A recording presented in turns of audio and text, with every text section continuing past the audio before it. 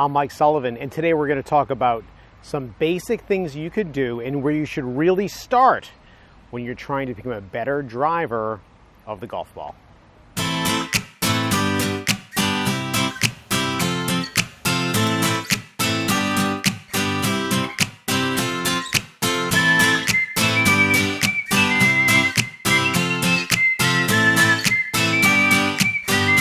Okay, so you're struggling with your driver. Let's start in the first thing. Number one, all of this stuff, all the things that take no skill, we're going to be really good at that. So that's why I've got this station set up here. Okay, so what I've got is I'm using 3 alignment sticks. Total investment, $6. These sticks, you can buy them at Home Depot, Lowe's, or a local hardware store. All right, this first line right here, this stick right here represents our target line.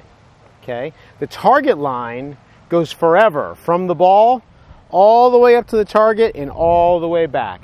We may reference the target line down the road when talking about swing plane.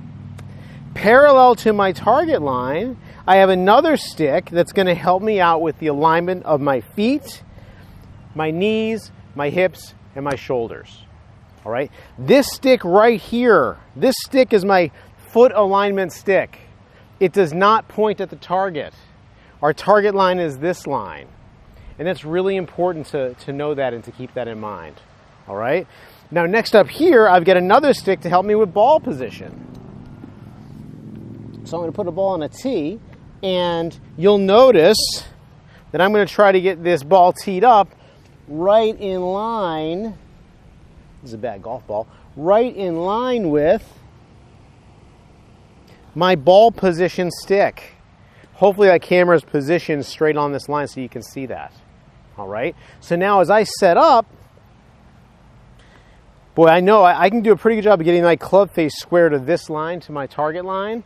And I can also do a good job of getting my feet the same distance from my foot line. Okay. If I was using a shorter club, then this line would obviously have to be closer to the ball, right? Okay.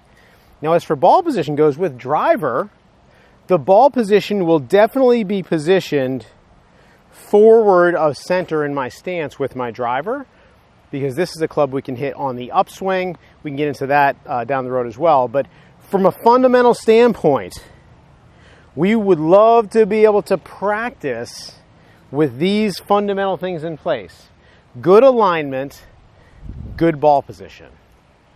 Okay? Now it's not good enough for me to stand here with these sticks and I'll know this is parallel to that. I want to get back behind the ball and know for sure what I'm going to be aiming my club face at. So I'm going to start off every shot I hit from back here. Okay? So right now I'm in a position where that target line is coming down right between my feet. Obviously you can't see, I think I'm blocking this camera, but that target line comes right between my feet, and as I look up here, I'm picking out a target. I can see a little stake way off in the distance, like a fence post, that's going to be my target line through that net. Okay? And now I'm going to just practice hitting some balls. You'll also notice that hopefully, if you look at the relationship between the shaft of the club and my spine, they form a 90-degree angle. As I bend from the hips to take my address position, I'm going to bend from the hips. My rear end is going to move a little bit behind my heels, and I should be maintaining that relationship of the shaft of the club 90 degrees relative to my spine. From this face-on view, you can see that my ball is positioned forward in my stance, for sure. Obviously, it's not off my heel, inside the heel, but well forward of center. So let's hit a shot here.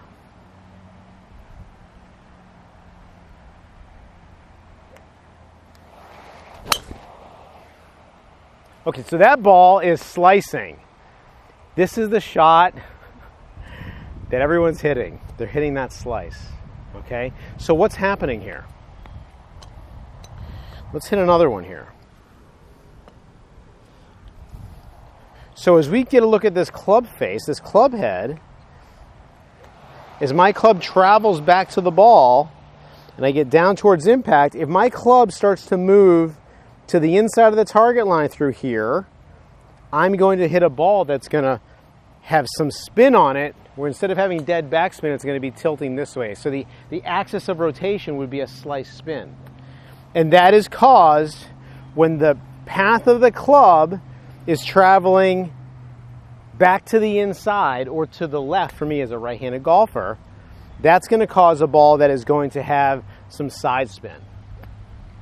And I shouldn't say side spin, I should say the backspin is tilted like this way. Okay? If I were to have that same swing path and the club face is closed pointing to the left, so if my club face is pointing left and it's traveling to the left, I'm going to hit then a pull shot. Okay? What if I hit this ball and the club comes from the inside here and starts off to the right a little bit with my club face pointed right? It's going to start to the right. However, that particular path where the club comes from in, say, to out a little bit, in addition to the ball starting right, it could curve back to the left. And the reason for that is this club face, when it comes through, right? When this club face comes through, the toe should be in the process of passing the heel to some degree. So even though that club face is pointed out to the right when the ball is released, when the club strikes the ball sticks to the club face a little bit, and the toe of the club starts passing the heel, and that puts a little bit of spin on the ball. So the axis of rotation on the golf ball, from a club traveling from in to out, that axis of rotation could very well be a draw type of a spin. I hope I'm explaining that in a way that makes some sense, okay? So that's why you may hear all the time people talking about they got to swing in to out. They got to swing in to out. And the reality is we don't really have to swing in to out or want to swing in to out because that would give us a lot of pushes and a lot of hooks. We want that club to swing from inside, then it gets square, and then it's going to come back around inside again. And my club face this whole time, it's opening here, closing there. And this is something that, I remember years ago when I was struggling with my golf game before I decided to go this route of being a golf professional. And I remember years ago there was a video a gentleman did that was really expressive where he took a broomstick and he had one side of the broomstick was painted blue on this side, one side was red. And you can see as he started back, it'd be blue. When he came through to here, it'd be red from that point of view. So it would be like open and close. And I remember from watching that, it was so simple that it confused me. Because this is not, it's not rocket surgery. It's not rocket science. It's not brain surgery.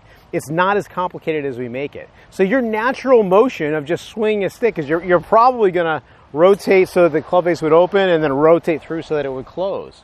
But the problem that we get into is we try to control this club face going straight back, straight through, doing all these unnatural types of things, and it really gets us in trouble. Okay? So if we can relax, have a fundamentally sound setup. Alignment is good, ball position is good, posture is good, right? And then throw on a correct, fundamentally sound grip. And my V between my forearm and my thumb points on my right shoulder. And in my right hand, that V points kind of in between the shoulder and my chin.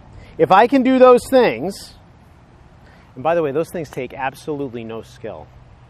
It takes no skill to have a good, fundamentally sound setup, which is why you see all these tour players with sticks on the ground.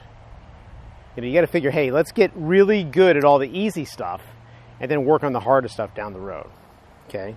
So I'm just going to do my best to swing fluidly with good alignment, good grip, good ball position, and practice.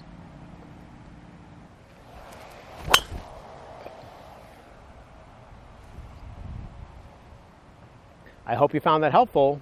We'll see you next time.